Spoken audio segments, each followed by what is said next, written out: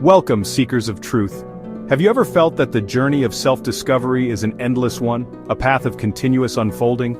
Today we're diving deep into the wisdom of Almaas, the originator of the Diamond Approach, and his book Runaway Realization: Living a Life of Ceaseless Discovery. This isn't your typical spiritual guidebook, as Cynthia Bourgeault aptly puts it. It's a journey into the field of aliveness in which we live. Dwayne Elgin, author of The Living Universe, calls it a gem of a book challenging us to see the profound depth of our freedom. Almaas, the pen name of Hamid Ali, has been guiding individuals and groups since 1976. In Runaway Realization, he presents a new paradigm for understanding reality, the view of totality. This teaching suggests that reality itself cannot be captured in a map. It's far more alive, far more mysterious than anything we can conceive of. Our lives, according to Almaas, can become an endless revelation of reality, an adventure with neither beginning nor end. For those familiar with Almaas's previous work, you might wonder why this new book. Almaas explains that the Diamond Approach is a living truth that constantly evolves and reveals more about itself and more about reality. While his earlier books articulated a more progressive, sometimes hierarchical view of spiritual practice, this book introduces a larger, non-hierarchical view that holds the progressive view within it.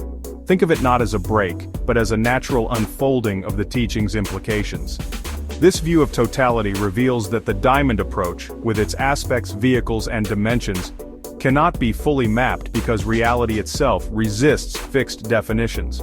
This indeterminacy, rather than being unsettling, can be seen as liberating. One of the central paradoxes Almaas explores is the relationship between practice and realization. We often think we practice until we are realized, and then we're done.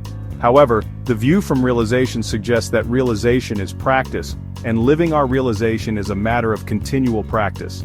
This isn't just about formal meditation or inquiry. It's about a continual attitude of devotion and commitment to truth that permeates our lives, even our everyday interactions. This leads to the concept of the Enlightenment drive. True motivation to practice, Almaas suggests, arises from this innate drive, becoming our own deep yearning for truth. As the soul matures, this drive can express itself through the belly center, or hara, grounding our spiritual impulse in action and making practice a natural, steadfast inclination, almost like the instinct to survive. But what truly propels this practice? Almaas delves into the idea of motiveless practice.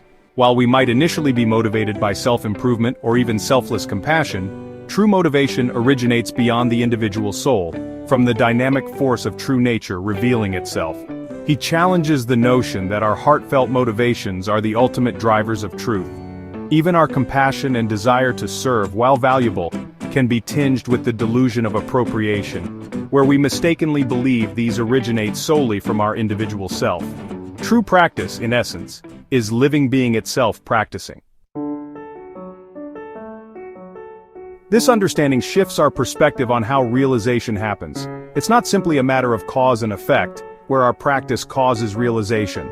Almaas suggests an uncaused realization, where the arising of true nature can be spontaneous, a gift of grace. Deeper inquiry reveals that practice and realization are actually two sides of the same dynamism, one indivisible process. Our individual effort and the unfolding of grace are not separate but are living being appearing in our consciousness as the Enlightenment drive.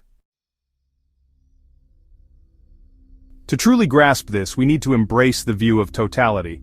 This perspective doesn't negate previous understandings but encompasses all views, dual and non-dual, recognizing them as different ways being manifests. It allows us to see the intimate relationship between these perspectives, moving beyond simply replacing one with the other. The view of totality fosters an openness to experiencing reality in ways that are neither dual nor non-dual. As our practice matures, we encounter the paradox of non-doing. How can we practice by not doing? In the Diamond Approach inquiry, our central practice becomes a matter of riding the razor's edge of our responsibility and our openness to revelation. It involves active questioning and investigation, without interfering with our experience. This culminates in what Almaas calls diamond meditation, where we are being the true nature that inquires and reveals its truth. Our non-doing practice evolves from simple stillness, obsidian samadhi, to a state where stillness is joined by dynamic unfoldment and insight, diamond samadhi. Almaas also touches upon delusion beyond realization. Even in enlightened states, subtle forms of delusion can persist, such as the belief that nobody helps anybody in the ultimate sense, while compassion and the desire to help are natural expressions of enlightenment. The concept of one separate individual helping another is challenged from the non-dual perspective.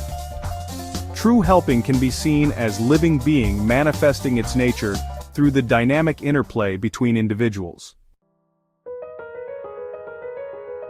Finally, the journey of runaway realization leads us to consider the nature of freedom itself. Almaas discusses featureless true nature and total non-conceptuality, dimensions of reality that transcend our usual categories of conceptual and non-conceptual. This allows for a deeper illumination of our most primitive precognitive structures, impressions formed before conceptual understanding. True freedom requires the illumination of the self in its entirety, including these deeply ingrained patterns. The ultimate understanding moves beyond the dichotomy of dual and non-dual, recognizing a reality that is not one, not two. The teachings in Runaway Realization invite us to a radical shift in perspective, to see our spiritual journey not as a linear progression towards a final goal, but as an endless enlightenment, a ceaseless discovery of the living, mysterious reality that we are fundamentally a part of. It's about recognizing that practice is realization, and that the unfolding of truth is a dynamic interplay between our sincere engagement and the spontaneous grace of being. What resonates most with you from these profound teachings? Have you experienced the paradox of practice and grace in your own journey? Share your thoughts in the comments below. If you're intrigued to explore these ideas further, I highly recommend delving into Almaas's Runaway Realization. You can find links in the description. Thank you for joining me on this journey of ceaseless discovery. Until next time, keep exploring.